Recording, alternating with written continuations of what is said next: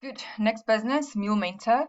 I really like this idea because having YouTube Premium, all of the influencers constantly advertise Factor, and there's something else, but it's kind of the same concept.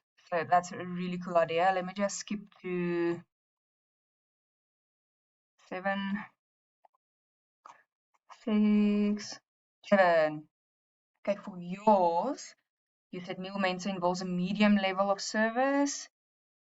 So the majority is on the app online communication, delivery of the meal packages, physical element to the service.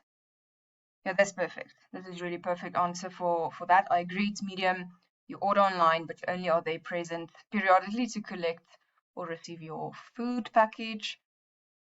Okay, service provider visits the customer. Yeah, perfect. If you deliver it to the customer's home or wherever, that is definitely correct.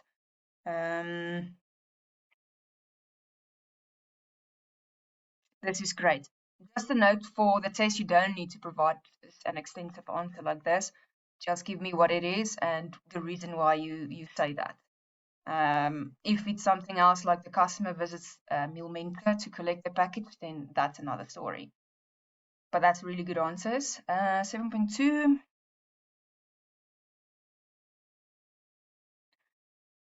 So this is good. I just need practical examples. So I got freshness of the ingredients, but give me a timeline. So if they order on a Monday and they want it fresh Wednesday, you can only start preparing Wednesday and then have it delivered the Wednesday afternoon, depending on the meal. Freshly frozen meals, that doesn't matter. It needs to stay frozen when you deliver. That means you need to deliver it. Once it's frozen, it needs to be delivered within 1 hour to keep it from defrosting. Also, do you cater for after sales? So if someone notices something is wrong or not sure about a specific ingredient, because it doesn't state there's an allergen in there, and then are you available to answer those questions after hours? Duration. The first thing I look for in duration is a time frame, or not a time frame, but yeah, a time frame, basically. Um, how long does it take to prepare meals? This is a question I would have as someone that would subscribe to MealMentor. I would want to know if I have a monthly subscription, how many times can I order and how long will I wait for my order? If I order for one person 7 meals for 2 weeks in a month, how long will I wait for my 14-day meal pack? If I order for a 3 days of worth of meals, when should I order by? How long will it take to deliver? Not deliver, how long will it take to prepare? And then, of course, how long will it take to deliver? That's what you need to provide here. You have the theory, but we need that. Okay, it's going to take 7 meals. Yeah, sure, one day we'll have delivery within 2 days fresh. If it's frozen, you can have it the next day because we have pre-prepared meals. Or if you order in bulk, like a month worth of supplies, you need to wait 2 weeks, then we'll have it freshly delivered. Payment. Okay, if I scan, I don't see what I want to see. Payment before. This is typically the model used. Now you have two options. You can have payment before, so they pay once off upfront for 2 weeks of worth of food packages, and then that's it. Or you can have a subscription service. So you have the activation fee of the subscription, say $50, and then you have a monthly deduction for whatever the contract or whatever the terms. So you have those options. Just when you get to the test, be able to consider the case study information and know which one it is, before, after, or during and after. 7.3, oh great, you took Chicken Licken. Yeah, strong loyal customer base. Create loyalty to attract customers. Yep, that makes sense.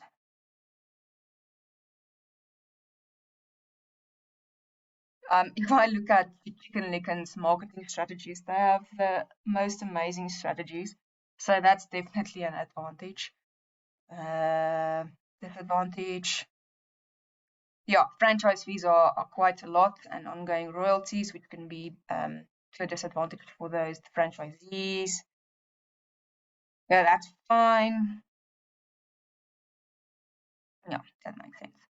Just a wink, wink, nudge, nudge. Please check out the advantages and disadvantages for electronic channels and be able to apply that to any case study.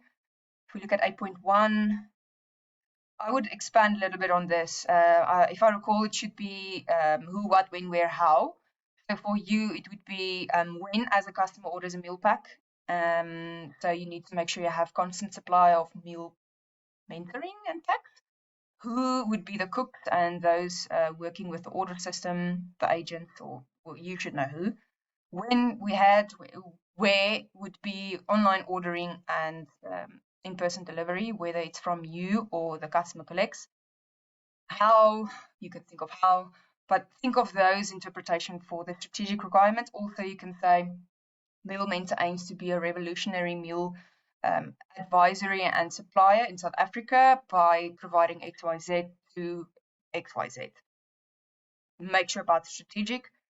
Okay, so organizational requirements, these regular team meetings in different departments would really also be leadership requirements. What I want to see where you will get easy, straightforward marks. If you draw an organizational structure, you did this in BMAN, so it will be a flat one. So let's say MealMentor owners, we have the food scientist and the dietitian, we have the cooks, we have those supplying the procurement people for the different ingredients and such.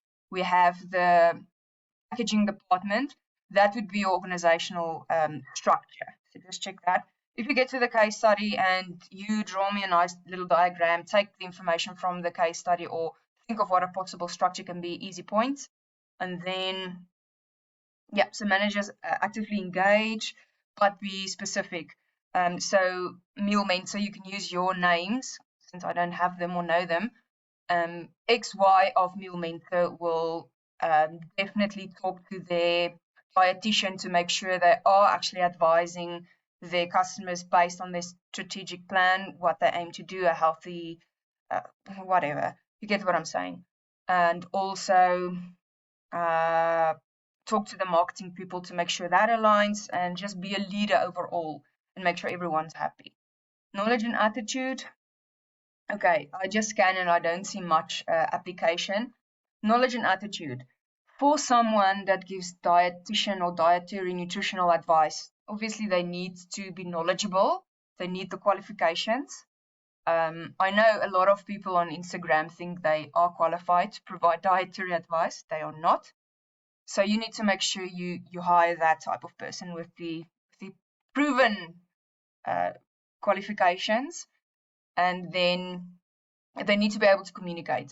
They can't be shy or introverted with physical consultations. They need to make sure they can communicate and be strict in their evaluations. They need to be able to plan. Of course, if you construct a diet plan, then you'll be able to plan.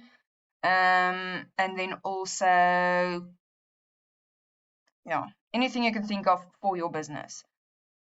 If you think of training sessions and resources, I would put that under 8.3, which is this first one, training.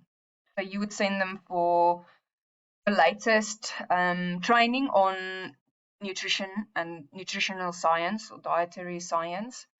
Packaging, improving packaging, so your marketing professionals can have training on effective labeling and how to make it seem high quality or reflect the quality. That's just spitballing. Proficient in their roles, needs of customers. As I continuously develop, just provide practical examples. Empowerment, necessary support systems. So again, I need to see application based on your MealMentor. If I can think of something, if you have, say this was a chat button for your website and someone has a very urgent question, listen, meal pack A, B, and C, it is a chicken stew with vegetables and rice. And on that chat, they need to ask whether it has this specific ingredient or whether it was, it has, I don't know, specific, what do you call it, spice, whatever. You get what I'm saying. If they have a specific ingredient that they are not sure if they are allergic to, would that person have the necessary support systems to be able to assist this customer? So would they have access to a dialogue or the nutritional information in that specific recipe and say, yes, this is what's in the recipe. Do not stress, we are using this, refer to the ingredients list, and then they send it. So there needs to be some support system in there. Or if one of the employees within the baker, for example, if they are not familiar with some of the diets, there needs to be a support system for them to reach out to the dietitian to find feedback that they need. Any support system, but it needs to be practical. That was 8.3, and I don't see 8.2. Please watch other videos, especially the first one, to see what was expected, and also to look at the example for the first group before you write the test.